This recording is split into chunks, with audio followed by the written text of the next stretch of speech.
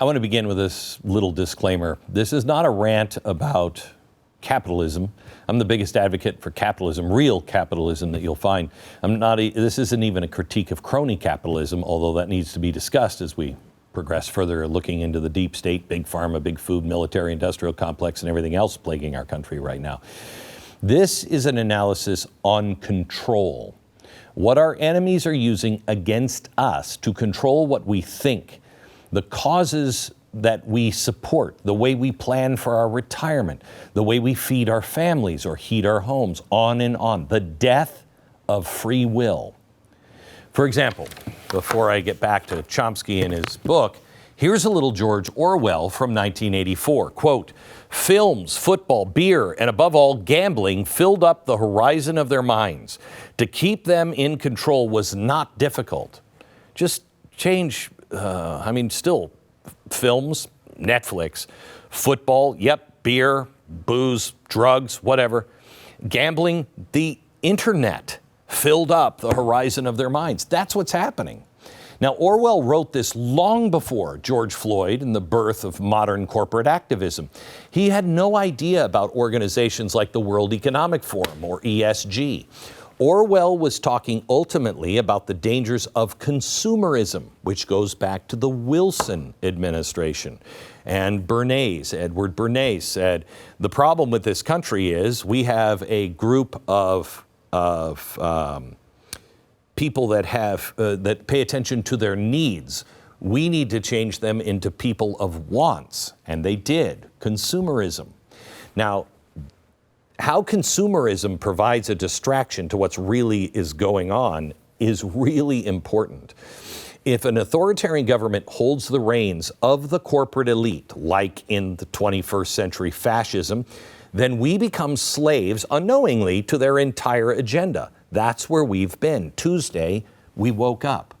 Now, there's no question about it. After the spread of ESG and DEI and the woke agenda, big corporations are in bed with the government. They call them public-private partners. Okay, that's the literal definition of fascism. Making good products really becomes secondary. Making money, well, that comes down to whether they toe the government line. If you will say the right things, of course, you'll make money. Banks will give you loans. Orwell's nightmare, as far as control is concerned, is now our reality. Just imagine the power this provides. Imagine the money. This is why Donald Trump and anyone who works with him is in danger. When you look at all the consumer brands, do you know how many companies own over 550 consumer brands? The number is 12. Look at this graphic. There is not anything that we don't consume, buy, use that doesn't trace back to just a handful of corporations. 12. But again, this isn't an anti-corporation rant. By all means, make money, grow your companies, do what you have to do.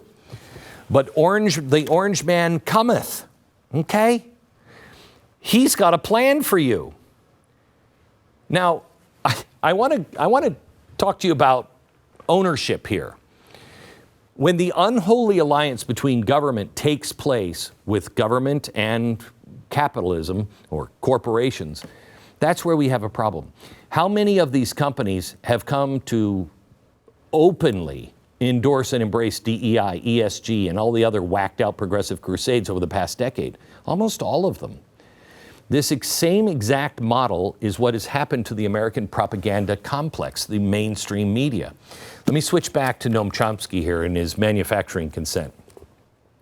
This is Chomsky back in the 80s on how the legacy media controls the public. Watch. Now, the elite media are the agenda-setting media. That means the New York Times, the Washington Post, the major television channels, and so on. They set the general framework. Local media more or less adapt to their structure. And they do this in all sorts of ways, by selection of topics, by distribution of concerns, by emphasis and framing of issues, by filtering of information, by bounding of debate within certain limits. 2.5 minutes to air. 45 seconds. They determine, they select, they shape, they control, they restrict in order to serve the interests of dominant elite groups in the society. Did you notice years ago we used to complain about gas prices once the media was on it? But if it was a Democrat in office and the media wouldn't rail about it, this last time, nobody was talking about high gas prices except in small little circles because the elites in society, the demographic that Chomsky identified as the ones that control the country, weren't talking about it. And now it's only a subsection of progressives and Kamala Harris that is gaining ground with the progressives and the Kamala Harris voters. The media selects the topics to be covered. They gatekeep. They set the agenda. That agenda is all but hand-delivered to them by the same elites within Washington, D.C. and the corporate public-private partnership. Great example of this is a few days before the election. The New York Times targeted conservatives and independent media that broadcast on YouTube. Why? Why were they hand-delivered the talking points by Clinton and Democratic operatives at Media Matters? The elite in government and business set the agenda. Their propagandists in the media churn it out like it's a little demonic factory. Just little demons working, printing this stuff all the time. Chomsky called this, and then it was followed like a Hollywood movie script. Tell me this isn't planned.